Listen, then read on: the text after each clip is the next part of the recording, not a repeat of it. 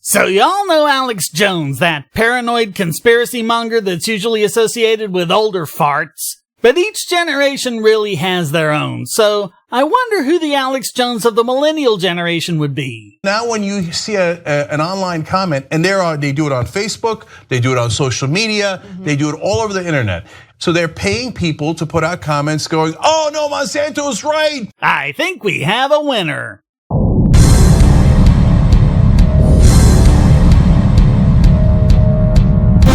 Monsanto genetically modified crops in order to withstand Roundup. And that was always super suspicious to me because it's not about genetically modifying plants or crops. It's about why you would want to do so. Okay, so what's wrong with this? Do you even understand how glyphosate works and how they modified the plants to withstand it? Why would you want to use a product that's so freaking toxic that you'd have to go out of your way to genetically modify it? There's a simple explanation, Anna. You're an ignorant person talking complete and utter crap. You're honestly wondering why someone would want to engineer a crop to be unaffected by the very herbicides they're using to keep weeds at bay. Duh! She also seems to be under the misapprehension that something that's toxic to plants is toxic to humans. No. Do you eat chocolate, Anna? That's poisonous to your dog, but not you.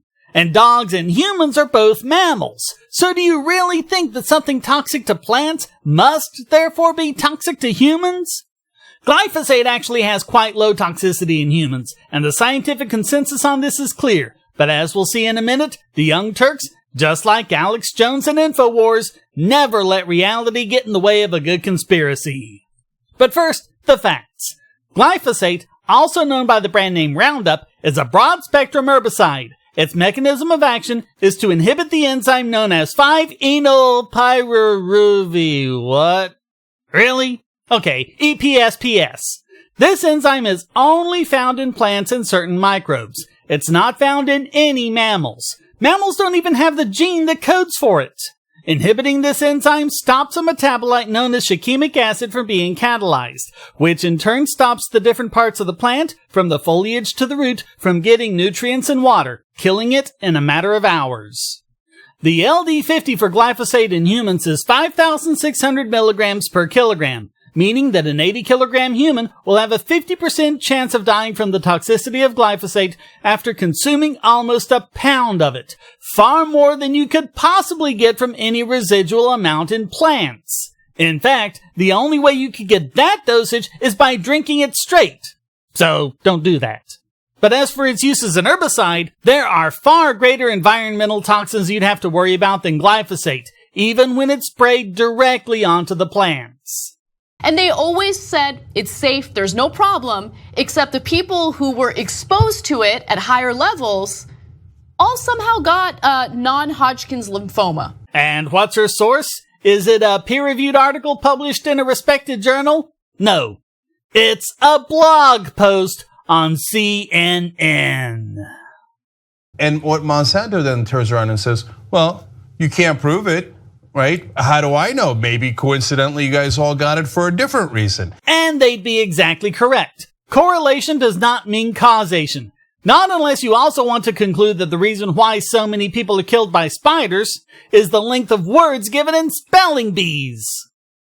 Now that is super hard to prove. By the way, that's why you have lawsuits. Yeah. Because you get to present your side, Monsanto, and you've got an army of lawyers. The other guys get to present their side, and that's how we adjudicate things. No, it isn't, Cenk. Or at least it shouldn't be. We discover things from a scientific consensus. In other words, when multiple independent lines of research reach the same conclusion, like they have with the low toxicity of glyphosate.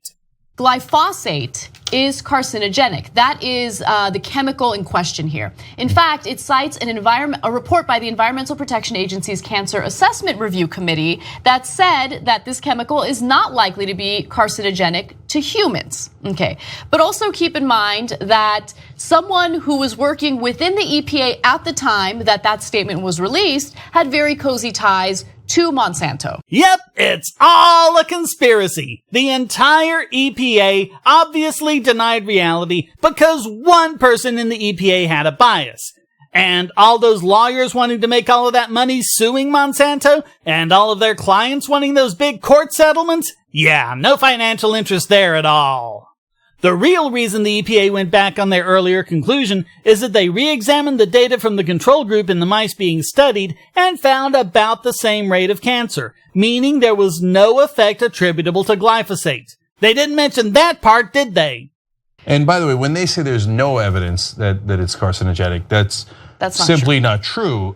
In March of 2015, the World Health Organization's International Agency for Research on Cancer said that it is, quote, probably carcinogenic to humans.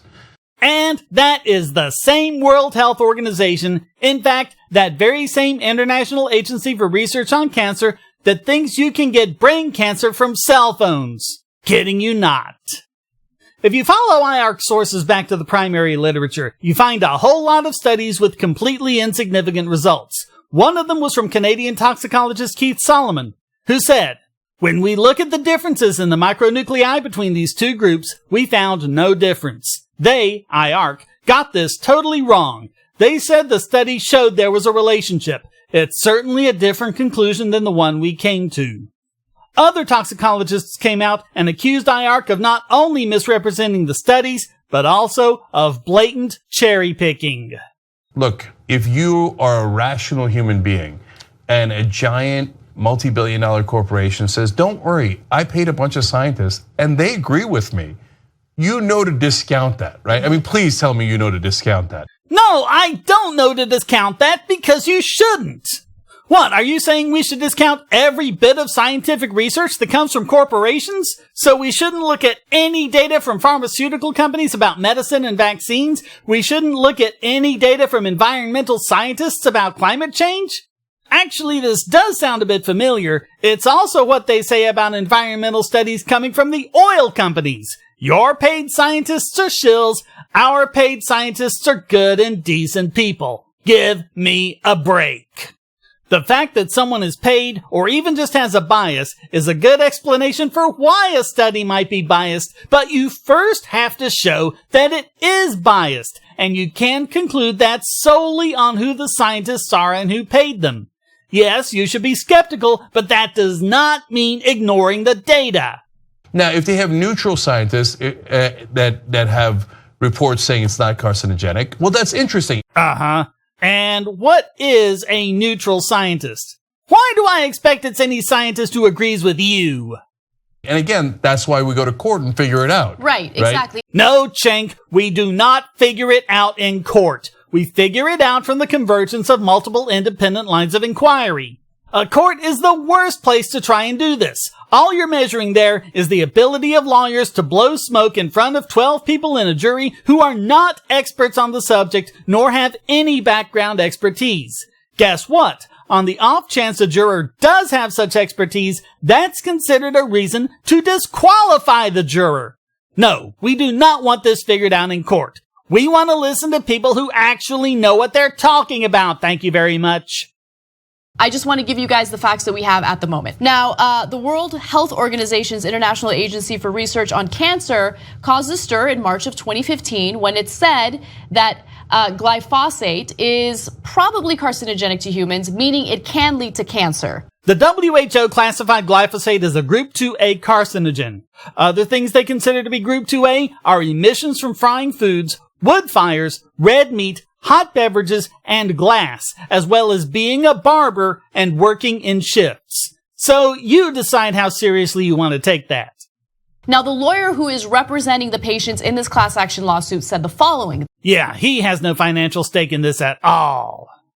We are not alleging that our clients got cancer from this chemical alone. We are suing because our clients got cancer from Roundup. Roundup contains animal fats and other ingredients that increase the carcinogenic property of this chemical. Oh, so it's not the glyphosate, but other stuff in it. Stuff like animal fat, which still hasn't been shown to be all that toxic. What minuscule amount of animal fat will people get from Roundup compared to the amounts the average person eats every day? The folks do have cancer, and a lot of folks have cancer. And they were exposed to Roundup. But were they also exposed to bread? How many of them ate bread? Maybe the bread gave them cancer. Hey, you know what's giving me cancer? This video! So let me go through some of Monsanto's excuses. Yeah, nice poisoning the well there. Their number one excuse is, well, you don't know it for sure. That's right, you don't know it. And if you want to make the claim, you'd better have something to back it up. Corporations are built to maximize profits. They're not here to worry about your health. They're not here to worry about any of those things that affect the community. Their job is maximize profit. And that's not at all the motive of these lawyers, is it? Do you think there's any chance that the scientists that Monsanto hired were going to come out and go, oh my God, it's really carcinogenic. You guys got to stop this. Yes, Cenk, that is exactly what they would have done if the data had gone the other way. Just what do you think scientists do anyway? They're not like you. This is no different from Alex Jones bleating on about NASA scientists covering up evidence that the moon landings were fake. Not different at all. No, just like how the Koch brothers, yes, you knew they were going to work the Koch brothers in there somewhere, didn't you? hire scientists to do research on climate change and then come out with the outcome that no, climate change is not happening and it's not man-made. And what did I say earlier? Did I not use this very example? Do some requests for documents, you find out internal memos that say, oh, it's definitely happening, let's figure out how to hide it. Yep, we're in downtown Kooksville now. They're saying the exact same thing that the anti-vaxxers say, and the moon hoaxers say, and the creationists say.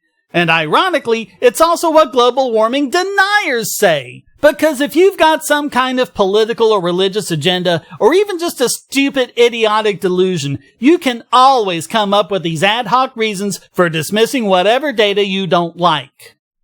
Whenever you talk about Monsanto or GMOs, you will get a flurry of attacks online, and they'll say, oh, you're anti-science, and you're a conspiracy theorist and stuff, and I thought, man, those people are kind of riled up. That's kind of interesting that they care so much about this. Right, and especially for people like us who are certainly not anti-science, and we love scientific advancements. Are you kidding? As many times as people like me have had to go after you?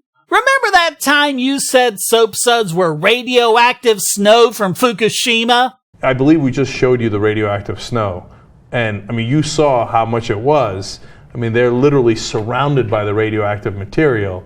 So it's understandable why so many of the guys on the aircraft carrier and women got so sick. And nuclear fallout ain't nothing to mess with. Yeah, you're all about the science there, aren't ya? You know, Kent Hovind also said exactly the same thing, that he's all for science. At least, the science he can manipulate into pushing his agenda and making him seem right. Everything else is part of the grand scientific conspiracy. Good company you're in. But what they do is they use the same type of tactics that our US politicians use. They hire trolls, they hire bots, and they go ahead and they attack people who have the audacity to criticize them and the behavior that we just laid out for you guys. Yep, there we have it. People on the internet like me who stand up for real science, who go against the crazy conspiratard bogosity you people spew. Well, we're all just paid shills for Monsanto. Just like anti-vaxxers say we're paid shills for Big Pharma, or moon hoaxers say we're paid shills for NASA. Same old bag of tricks. You know what? Even if this were true, even if we're only saying this because Monsanto paid us, you still should be able to refute what we're saying. So why don't you? So now, if you're a person who earnestly believes that and you were fighting against people, one, are you sure you weren't influenced by the people that were paid to do that in the first place? Right. Now, I know you're going to get touchy about that. Say, no, I'm independent. And I'm sure that I'm not sure. I guess that there were some people who earnestly believed it. But now they ruined your credibility too, because it turns out they were paying everyone else. The only credibility ruined here, Cenk, is yours. Not that you had much before this. Wow, that took a lot, so please show your love by hitting like and subscribe, and support this channel by donating or becoming a patron. And in addition to another of my videos I think you'll like, here's a video from Miles Power covering the evidence of glyphosate being harmful to humans. Check it out.